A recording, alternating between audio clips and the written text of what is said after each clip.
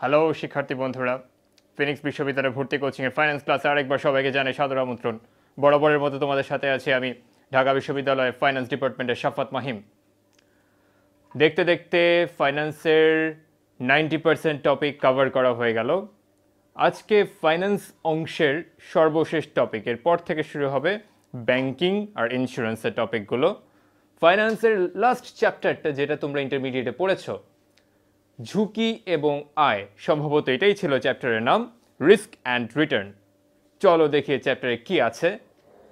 Risk and return, risk কি আর return কি এই ব্যাপারে আমরা অনেকবার কথা বলেছি। আরও একবার কথা বলি। রিটার্ন শব্দটা চিন্তা করলে আমাদের ইনভেস্টমেন্টের কথা মাথায় চলে আসবে। ইনভেস্টমেন্ট কি জিনিস? ইনভেস্টমেন্ট হচ্ছে একটা কারেন্ট কন্ট্রাক্ট যেটা হবে সারপ্লাস ইউনিট এবং ডেফিসিট ইউনিটের মধ্যে, এবং এই কারেন্ট কন্ট্রাক্টের কারণে ডেফিসিট ইউনিট কোনো একটা সিকিউরিটি, ফাইন্যান্সিয়াল অ্যাসেট ইস্যু করবে সারপ্লাস ইউনিটের কাছে। সারপ্লাস ইউনিট ডেফিসিট ইউনিটকে টাকা দেবে, এমনি টাকা দেবে না, এর বিনিময়ে তারা একটা কম্পেনসেশন আদায় করে নেবে। কি কারণে কম্পেনসেশন আদায় করবে? তিনটা কারণে কম্পেনসেশন আদায় করবে। একটা হচ্ছে টাইম ভ্যালু অফ মানি, আরেকটা হচ্ছে ইনফ্লেশন, আরেকটা হচ্ছে default risk. Time value of মানির ব্যাপারটা হচ্ছে সবচেয়ে কমন, যেটার সাথে যুক্ত হচ্ছে real risk free rate.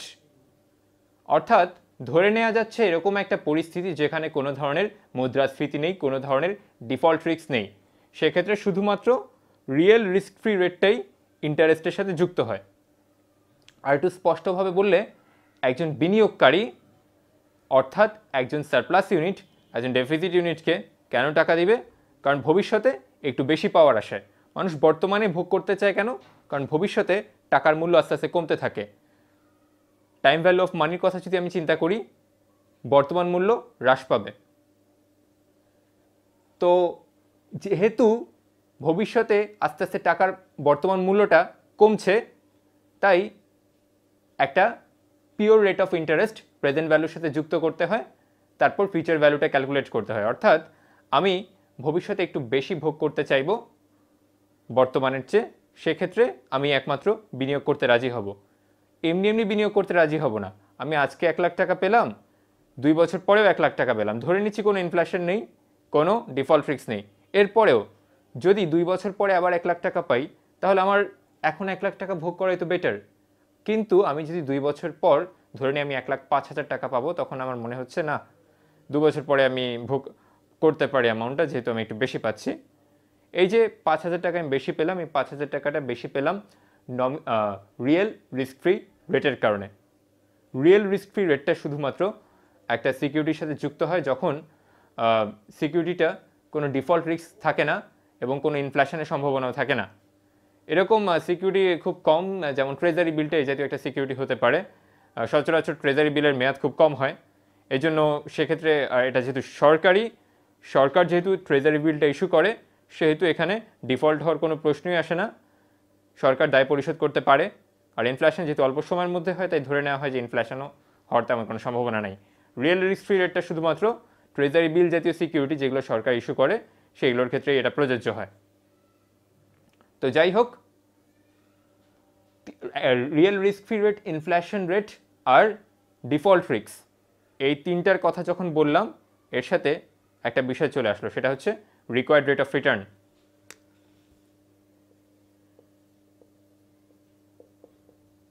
Required rate of return, এটা মূলত গঠিত হয় এই real risk free rate, inflation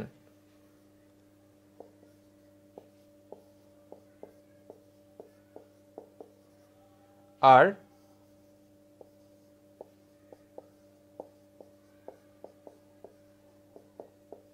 default রিস্কের সমন্বয়। ইনফ্লেশনের জন্য একটা প্রিমিয়াম পাওয়া যায়, ইনফ্লেশনের ঝুঁকিটাকে এড়ানোর জন্য একটা প্রিমিয়াম দেওয়া হয়, আর ডিফল্ট রিস্কটাকে বিবেচনা করে একটা রিস্ক প্রিমিয়াম দেওয়া হয়। রিয়েল রিস্ক ফ্রি রেটের সাথে এই দুইটা প্রিমিয়াম যুক্ত হচ্ছে এবং এই তিনটা মিলিয়ে হচ্ছে required rate of return. Required rate of রিটার্নটা হচ্ছে একটা মিনিমাম রেট অফ রিটার্ন যেটা একজন ইনভেস্টর বা একজন বিনিয়োগকারী প্রত্যাশা করে। এর কম রিটার্ন হলে ইনভেস্ট আমি করব না, আমাকে কমপক্ষে রিকোয়ার্ড রেট অফ রিটার্নটা দিতে হবে যেটা আমার প্রত্যাশিত আয়ের হার। ঠিক আছে?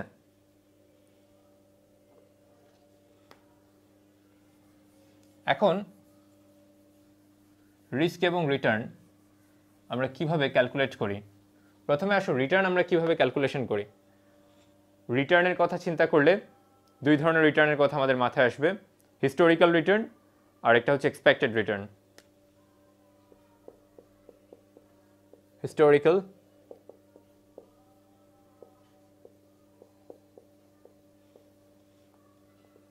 আর একটা হচ্ছে এভারেজ রিটার্ন।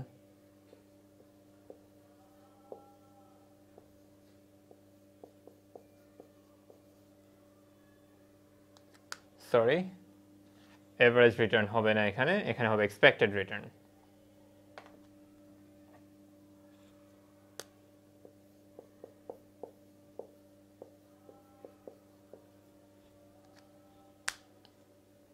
হিস্টোরিক্যাল রিটার্ন সর্বপ্রথমে আমরা বিবেচনা করি যখন আমরা রিটার্নের কথা চিন্তা করি। রিটার্নটা কীভাবে বের করতে হয়, হিস্টোরিক্যাল রিটার্নটা প্রথমে আমরা এক্ষেত্রে ক্যালকুলেট করব, এরপর আস্তে আস্তে এক্সপেক্টেড রেট অফ রিটার্নটা আমরা ক্যালকুলেট করব। আর expected rate of return calculate করার সময় বা historical rate of return calculate করার সময় আমরা রিস্ককেও বিবেচনা করব। রিস্ককে বিবেচনা করলে রিটার্নটা কীরকম পরিবর্তন হতে পারে, অর্থাৎ ভ্যারিয়েবিলিটি অফ রিটার্নটা আমরা জানতে পারি। অর্থাৎ এক্সপেক্টেড রেট অফ রিটার্ন থেকে কোনো একটা রিটার্ন কতটা কম বা কতটা বেশি এই জিনিসটা আমরা অ্যানালাইসিস করব রিস্ক মেজারের মাধ্যমে, এবং রিস্ক মেজারের জন্য আমরা স্ট্যান্ডার্ড ডেভিয়েশন এবং ভ্যারিয়েন্স এই দুইটা স্ট্যাটিস্টিক্যাল টেকনিক ইউজ করি। আর হিস্টোরিক্যাল রিটার্ন বের করার জন্য আমরা অ্যারিথমেটিক মিন, জিওমেট্রিক মিনের আশ্রয় নিতে পারি। এছাড়া তার আগে হোল্ডিং পিরিয়ড রিটার্ন আমাদের বের করে নিতে হয়। Holding period return, holding period yield, arithmetic mean, geometric mean এগুলো সব হিস্টোরিক্যাল রিটার্নের সাথে সম্পর্কিত।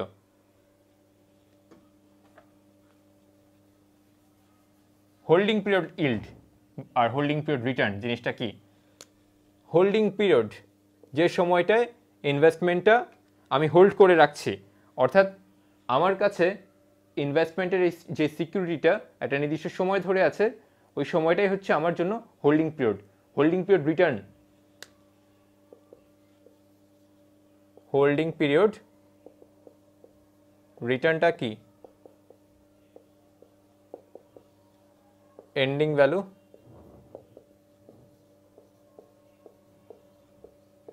অফ এ সিকিউরিটি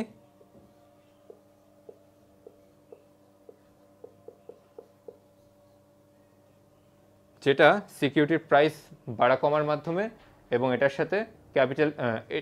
সাথে ডিভিডেন্ডটা বা ইন্টারেস্টটা যুক্ত হওয়ার মাধ্যমে নির্ধারিত হয়। এখানে একই সাথে ডিভিডেন্ড বা ইন্টারেস্টটা যুক্ত হবে, ক্যাপিটাল গেইন বা ক্যাপিটাল লসও যুক্ত হবে, divide by beginning value of a security.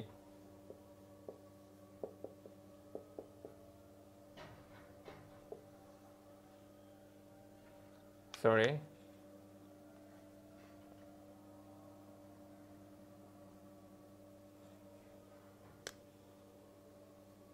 beginning value of a security.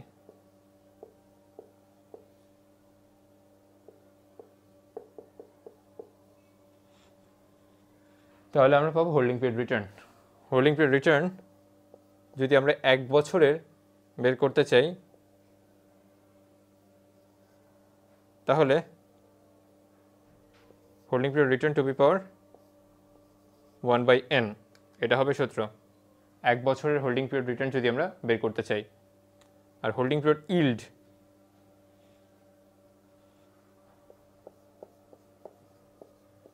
বের করতে চাইলে হোল্ডিং পিরিয়ড রিটার্ন থেকে 1 মাইনাস করে দিতে হবে, তাহলে আমরা হোল্ডিং পিরিয়ড ইল্ডটা পাবো।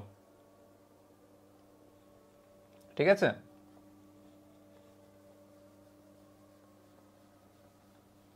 আর হোল্ডিং পিরিয়ড রিটার্ন পেলাম, হোল্ডিং পিরিয়ড ইল্ড পেলাম। এবার আমাদের অ্যারিথমেটিক মিন এবং জিওমেট্রিক মিনটা জানতে হবে। অ্যারিথমেটিক মিন, আমরা যদি এভারেজ রিটার্নটা জানতে চাই সেক্ষেত্রে আমাদের এটা বের করতে হবে। Historical average return, historical average return ব্যাপারটা আমরা কেন জানতে চাইবো? কারণ এক এক বছর এক এক ধরনের রিটার্ন আসে, কোনো সময় পজিটিভ রিটার্ন আসতে পারে, কোনো সময় নেগেটিভ রিটার্ন আসতে পারে। এই সব মিলিয়ে একটা গড়ে আসলে কতটা রিটার্ন আসে একটা প্রজেক্ট থেকে সেটা জানার জন্য আমাদের অ্যারিথমেটিক মিন বা জিওমেট্রিক মিন ব্যবহার করতে হবে। Arithmetic mean is equal to summation of holding period yield divided by number of observations. Summation of holding period yield মানে হচ্ছে যে কটা হোল্ডিং পিরিয়ড ইল্ড আছে সবগুলোর যোগফল divided by number of observations. Geometric mean is equal to holding period return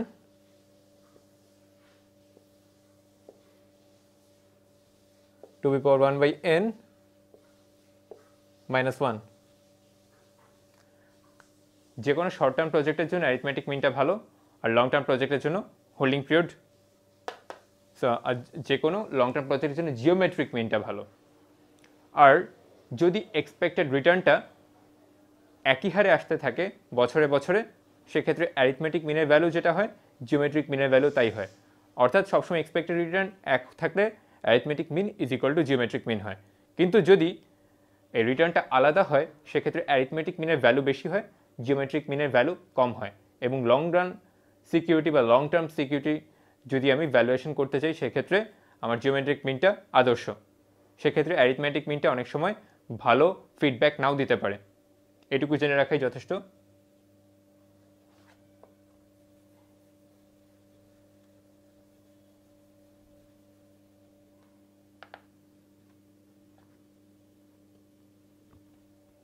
এবার আসো expected return আমরা কীভাবে বের করব। এক্সপেক্টেড রিটার্ন বের করার জন্য আমাদের প্রবাবিলিটি লাগবে, আর সম্ভাব্য আয় কত হতে পারে সেটা লাগবে। সম্ভাব্য আয়ের সাথে সম্ভাবনাটা গুণ করলে আমরা এক্সপেক্টেড রেট অফ রিটার্ন পাবো। এক্সপেক্টেড রেট অফ রিটার্নটা বের করার জন্য আমাদের অ্যান্টিসিপেশন করতে হয়, অর্থাৎ অনুমান করে নিতে হয় যে প্রবাবিলিটিটা কত হতে পারে কোনো একটা নির্দিষ্ট আয় পাওয়ার ক্ষেত্রে। আর এক্সপেক্টেড রেট অফ রিটার্ন বের করার ক্ষেত্রে এটার পাশাপাশি আমাদের এটা ঝুঁকিটাও বের করে নিতে হয়। এটা ঝুঁকি বের করার জন্য আমাদের ভ্যারিয়েন্স, স্ট্যান্ডার্ড ডেভিয়েশন এই দুটো স্ট্যাটিস্টিক্যাল টেকনিক ইউজ করতে হয়। সেক্ষেত্রে variance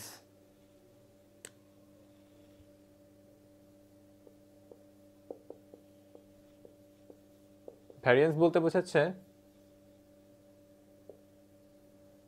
return minus expected rate of return whole square. এটা দিয়ে ভ্যারিয়েন্সকে ইঙ্গিত করে। আর স্ট্যান্ডার্ড ডেভিয়েশনের ক্ষেত্রে ভ্যারিয়েন্সের চিহ্নটা হচ্ছে সিগমা স্কোয়ার। স্ট্যান্ডার্ড ডেভিয়েশন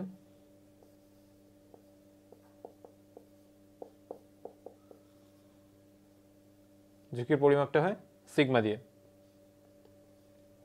সেক্ষেত্রে একটা হোল রুট হয়ে যাবে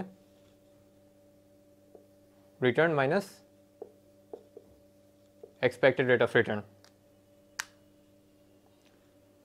ভ্যারিয়েন্স যত বেশি হয় অথবা স্ট্যান্ডার্ড ডেভিয়েশন যত বেশি হয় রিস্ক তত বাড়বে। ভ্যারিয়েন্স যত কম হবে, স্ট্যান্ডার্ড ডেভিয়েশন যত কম হবে, রিস্ক তত কমবে। ঠিক আছে, এখন যদি হিস্টোরিক্যাল রিটার্নের ভ্যারিয়েন্সটা আমরা বের করার চেষ্টা করি সেক্ষেত্রে আমরা কি করব? সেক্ষেত্রে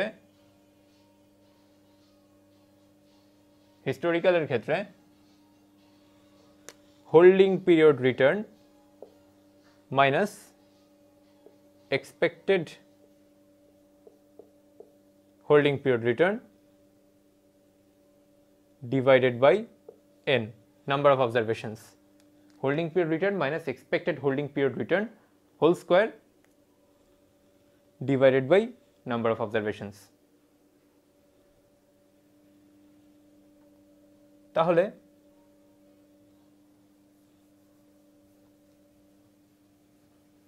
হিস্টোরিক্যাল রিটার্নের ভ্যারিয়েন্সটা পাওয়া যাবে এবং সেটাকে যদি আমি হোল রুট করে দিই তাহলে স্ট্যান্ডার্ড ডেভিয়েশনটাও পাওয়া যাবে। এবার আসো রিস্কের প্রকারভেদের দিকে যাই। রিস্ক কী হতে পারে?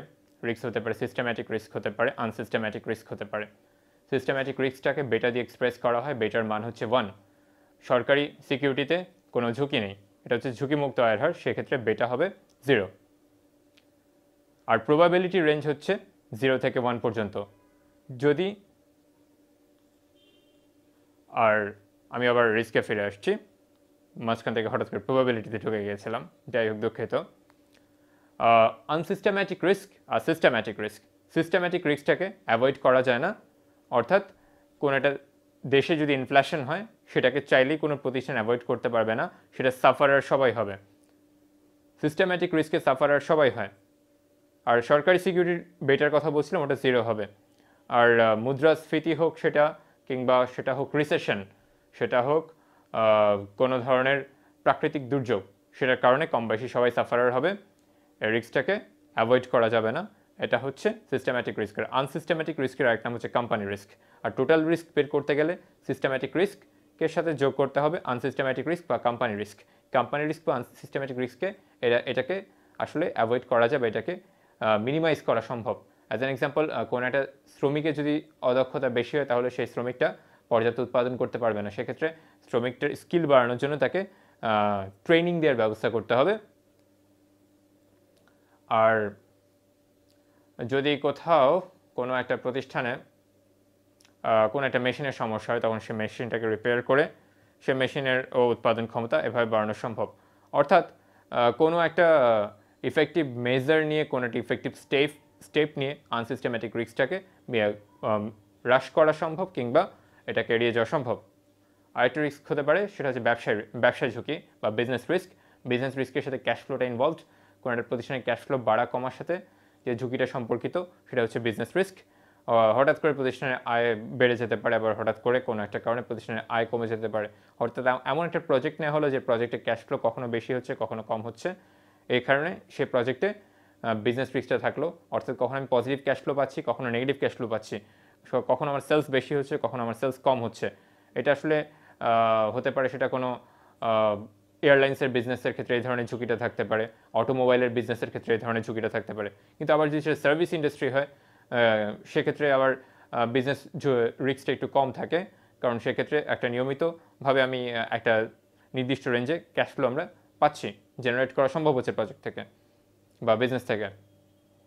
আর ক্রয় ঝুঁকিটার সাথে ইনফ্লেশন সম্পর্ক। মুদ্রাস্ফীতির কারণে আমি অনেক সময় অনেক কিছু বেশি দাম দিয়ে কিনছি, আবার যখন মুদ্রাস্ফীতি কমে যাচ্ছে তখন জিনিসটার দাম কমে যাচ্ছে। এটা আমাদের যারা বাজারে যায় তারা প্রায় সময় ক্রয় ঝুঁকিটা ফেস করে। তারপর বৈদেশিক মুদ্রার ঝুঁকি, এক্ষেত্রে বিনিময় হারের পরিবর্তনের কারণে বৈদেশিক মুদ্রার ঝুঁকিটা আমরা ফেস করি। আর্থিক ঝুঁকিটা হচ্ছে যারা ডেট ফাইন্যান্সিং বেশি করেছে তারাই মূলত এটা ফেস করে।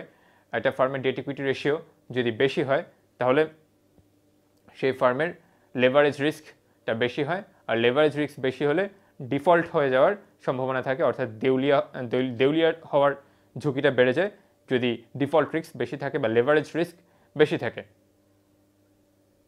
সেক্ষেত্রে ঋণ এবং শেয়ার দুটোর অনুপাতটা একটা নির্দিষ্ট হারে রাখতে হয়। অনেকে ট্যাক্স অ্যাডভান্টেজ পাওয়ার জন্য পুরোটাই ডেট ফাইন্যান্সিং করে ফেলে, এটা আসলে সব ক্ষেত্রে সঠিক না। আবার সব ক্ষেত্রে শেয়ার ফাইন্যান্সিংয়ের দিকে আগে যাওয়া উচিত না, সবার আগে ডেট ফাইন্যান্সিং করতে হবে, তারপর শেয়ার ফাইন্যান্সিং করতে হবে। একটা আদর্শ অনুপাত বজায় রাখতে হবে। এই হলো রিস্কের টুকিটাকি। এরপর থাকলো পোর্টফোলিওর ক্ষেত্রে এখানে বিভিন্ন ধরনের ইনভেস্টমেন্ট থাকতে পারে, কোনোটা থেকে পজিটিভ রিটার্ন হবে, কোনোটা থেকে নেগেটিভ রিটার্ন হবে। সবগুলো ইনভেস্টমেন্ট সিকিউরিটি যদি পজিটিভ রিটার্ন দেয় সেটা কখনো ভালো পোর্টফোলিও হবে না। কোনোটায় পজিটিভ রিটার্ন দিবে, কোনোটায় নেগেটিভ রিটার্ন দিবে। পোর্টফোলিওতে যে সিকিউরিটিগুলো থাকবে সেই সিকিউরিটিগুলোর কোরিলেশন যদি পুরোপুরিভাবে 1 হয়, অর্থাৎ স্ট্রং ইনভার্সলি পজিটিভ রিলেশন থাকে তাহলে সেক্ষেত্রে একটা সিকিউরিটিতে ইনভেস্ট করাও যা, পোর্টফোলিও ডাইভার্সিফিকেশন করাও তা। পোর্টফোলিও ডাইভার্সিফিকেশনের মেন উদ্দেশ্যটা হচ্ছে রিস্ক মিনিমাইজ করা। রিস্ক মিনিমাইজ করার জন্য এক একটা সিকিউরিটির টাইপ এক এক রকম হওয়া উচিত। যদি পারফেক্টলি নেগেটিভ হয় তাহলে ধরে নিতে হবে যে কোনো একটা সিকিউরিটিতে রিটার্ন আসলে অন্য একটা সিকিউরিটি থেকে রিটার্ন নাও আসতে পারে, এরকম সম্ভাবনা থাকবে। তাহলে কোরিলেশনের রেঞ্জটা হয় -1 থেকে +1 পর্যন্ত, প্রবাবিলিটির রেঞ্জটা হয় 0 থেকে 1 পর্যন্ত। যদি 0 হয় তাহলে ধরে নিতে হয় যে কোনো একটা জায়গা থেকে রিটার্ন পাওয়ার সম্ভাবনা নেই বললেই চলে, আর যদি 1 হয় তাহলে ধরে নিতে হয় যে মোটামুটি সার্টেন, আমি মোটামুটি নিশ্চিতভাবে কোনো একটা সিকিউরিটিতে ইনভেস্ট করে রিটার্ন পাবো। আর পোর্টফোলিও ক্ষেত্রে যদি আমি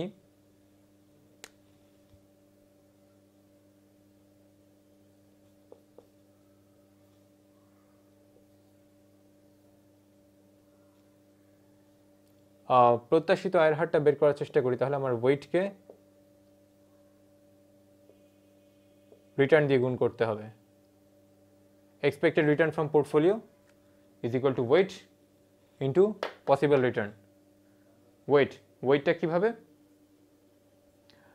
নির্ণয় করব, সেটা হচ্ছে আমার মোট যে ইনভেস্টমেন্ট সেটা টোটাল পরিমাণ, বা মোট যে ফাইন্যান্সিং সেটা টোটাল পরিমাণের উপর ভিত্তি করে আমার ওয়েটটা নির্ধারণ করতে হবে। অর্থাৎ আমার মোট অর্থায়নের ঠিক কত পার্সেন্ট শেয়ার ফাইন্যান্সিং সেটা নির্ধারণ করে আমি ওয়েটটা নির্ধারণ করতে পারবো। হয়তো সেটা আমার মোট ফাইন্যান্সিংয়ের মোট অর্থায়নের 10% হচ্ছে শেয়ার ফাইন্যান্সিং, 20% হচ্ছে ডেট ফাইন্যান্সিং, বন্ডের মাধ্যমে ফাইন্যান্সিং, আর বাকি 70% হচ্ছে লোনের মাধ্যমে ফাইন্যান্স করা। সেক্ষেত্রে শেয়ারের ফাইন্যান্সিংয়ের ক্ষেত্রে ওয়েট হবে 0.10,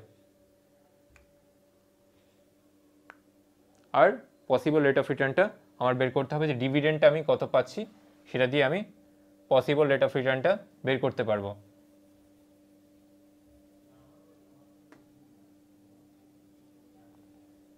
আর যখন দেখা যাবে যে দুইটা সিকিউরিটির বৈশিষ্ট্য সম্পূর্ণ ভিন্ন রকম, সেক্ষেত্রে আমরা অনেক সময় যদি ভ্যারিয়েন্স বা স্ট্যান্ডার্ড ডেভিয়েশন ইউজ করি সেক্ষেত্রে আমরা আশানুরূপ ফিডব্যাক নাও পেতে পারি। সেক্ষেত্রে আমাদেরকে কোএফিশিয়েন্ট অফ ভ্যারিয়েন্স বা সিভি ইউজ করতে হয়।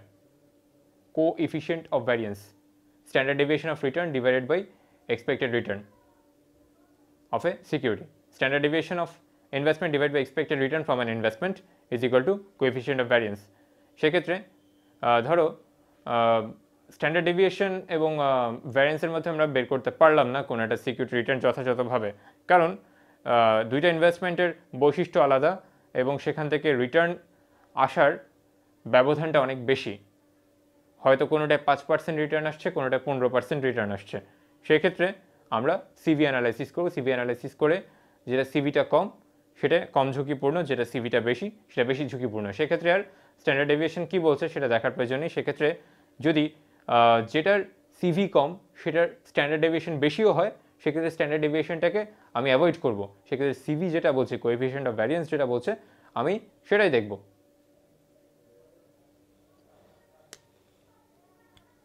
কোরিলেশনের একটা সূত্র আছে, correlation is equal to covariance divided by standard deviation 1 standard deviation 2। সেখান থেকে আমরা কোভ্যারিয়েন্সটার সূত্র বের করতে পারি। R1 R2 into sigma 1 sigma 2।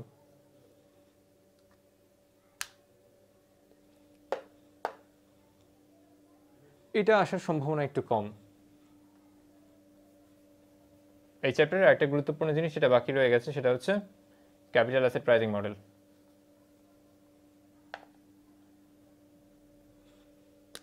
Capital asset pricing মডেলটা এর আগে একবার পড়িয়েছিলাম। এটা শেয়ার ভ্যালুয়েশনের জন্য একটা ভালো টেকনিক, যেটা ডিভিডেন্ড যে গ্রোথ মডেল আছে সেই ডিভিডেন্ড গ্রোথ মডেলের চেয়ে ভালো অ্যানালাইসিস টেকনিক হচ্ছে ক্যাপিটাল অ্যাসেট প্রাইসিং মডেল, যেটা বের করতে হয় risk free rate plus market risk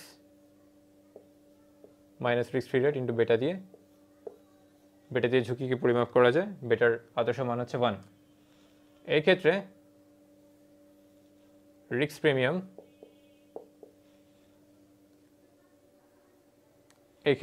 premium হচ্ছে এটা, আর এক্ষেত্রে বেটাটা গুণ হবে রিস্ক প্রিমিয়ামের ক্ষেত্রে। আর যদি মার্কেট রিস্ক প্রিমিয়াম বের করতে চাই সেক্ষেত্রে বেটাটা বাদ হয়ে যাবে। যদি মার্কেট রিস্ক প্রিমিয়াম হয় তাহলে বেটাটা আমরা বাদ দিয়ে দেব। মোটামুটি এই চ্যাপ্টার থেকে যে গুরুত্বপূর্ণ প্রশ্ন আসতে পারে সেগুলোর মধ্যে অন্যতম গুরুত্বপূর্ণ হচ্ছে নাম্বার 1 হচ্ছে capital asset pricing model. Capital asset pricing মডেলের এই সূত্রটা মনে রাখবে এবং সূত্রটাকে ব্যাখ্যা করাটা শিখবে। দরকার হলে বা আরেকবার নতুন করে সূত্রটা কি সেটা ইন ডিটেইল বইয়ে পড়ে নেবে। আর আরেকটা গুরুত্বপূর্ণ ব্যাপার হচ্ছে কোনটা বিজনেস রিস্ক সেটা জানতে পারে, কিংবা কোনটা ফাইন্যান্সিয়াল রিস্ক, কোনটা সিস্টেম্যাটিক রিস্ক, কোনটা আনসিস্টেম্যাটিক রিস্ক, এই জাতীয় প্রশ্ন আসতে পারে। বেটার মান সম্পর্কে আসতে পারে, ঝুঁকিমুক্ত আয়ের হার কি এটা জিজ্ঞাসা করতে পারে। তারপর holding period return, holding period yield এগুলো কি সেটা জানতে পারে। Nominal risk free rate, real risk free rate এগুলো সম্পর্কে আসতে পারে। বাই দ্য ওয়ে, আমি রিয়েল রিস্ক ফ্রি রেট কি বলেছি, কিন্তু নমিনাল রিস্ক ফ্রি রেট এখন পর্যন্ত বলা হয়নি। নমিনাল রিস্ক ফ্রি রেটটা রিয়েল রিস্ক ফ্রি রেটের সাথে ইনক্লুডেড হয় অনেক সময় যখন ইনফ্লেশনের প্রসঙ্গটা চলে আসে। প্রিমিয়াম দুটোর কথা বলেছিলাম, রিস্ক প্রিমিয়াম আর একটা হচ্ছে ইনফ্লেশন প্রিমিয়াম। ইনফ্লেশন প্রিমিয়ামটা নমিনাল রিস্ক ফ্রি রেটের মধ্যে ঢুকে যায়। নমিনাল রিস্ক ফ্রি রেট দুইটা জিনিস বিবেচনা করে, একটা হচ্ছে ইনফ্লেশন আর একটা হচ্ছে মনিটারি পলিসি এবং ফিসকাল পলিসির কারণে ইন্টারেস্ট রেট কতটুকু চেঞ্জ হলো শর্ট রানে। মনে রাখবো মনিটারি পলিসি এবং ফিসকাল পলিসির কারণে শর্ট রানে ইন্টারেস্ট রেট চেঞ্জ হলেও লং রানে আবার অ্যাডজাস্টমেন্ট হয়ে যায়, লং রানে তেমন কোনো ইফেক্ট ফেলে না। এই জন্য মনিটারি পলিসি বা ফিসকাল পলিসি ইন্টারেস্ট রেটের উপর খুব বড় কোনো ইফেক্ট ফেলে না, তবে সেটা ফেলে শুধুমাত্র শর্ট রানে। নমিনাল রিস্ক ফ্রি রেটটা সাথে রিয়েল রিস্ক ফ্রি রেটটা যুক্ত হয় যখন আমরা রিকোয়ার্ড রেট অফ রিটার্নটা বের করার চেষ্টা করি। রিকোয়ার্ড রেট অফ রিটার্নটা কি এটা আসতে পারে, তারপর ইনফ্লেশন রিকোয়ার্ড রেট অফ রিটার্নের মধ্যে কী কী জিনিস ঢুকতে পারে। প্রধানত রিয়েল রিস্ক ফ্রি রেটটা আমরা আনবো, আর ইনফ্লেশন প্রিমিয়ামটা আনবো, আর রিস্ক প্রিমিয়ামটা আনবো। আর রিস্ক আর রিটার্নের মধ্যে সম্পর্কটা কি সেটা আমরা সবাই জানি, এটার মধ্যে একটা পজিটিভ কোরিলেশন আছে। আর সূত্রের ক্ষেত্রে ভ্যারিয়েন্সের সূত্রটা মনে রাখতে হবে, স্ট্যান্ডার্ড ডেভিয়েশনের সূত্রটা মনে রাখতে হবে, তারপর geometric mean, arithmetic mean, coefficient of variance এগুলোর সূত্র মনে রাখতে হবে। এগুলো মোটামুটি যদি করতে থাকো, বারবার প্র্যাকটিস করতে থাকো, তাহলে মোটামুটি কমন আসার সম্ভাবনাই বেশি। এই চ্যাপ্টারে উল্লেখযোগ্য আর কিছু নেই যেগুলো আসতে পারে। ধন্যবাদ। আজকে তাহলে এখানেই শেষ করছি। ফিনিক্সের পাশে থাকো, আবার হয়তো বা ভবিষ্যতে দেখা হবে। আল্লাহ হাফেজ।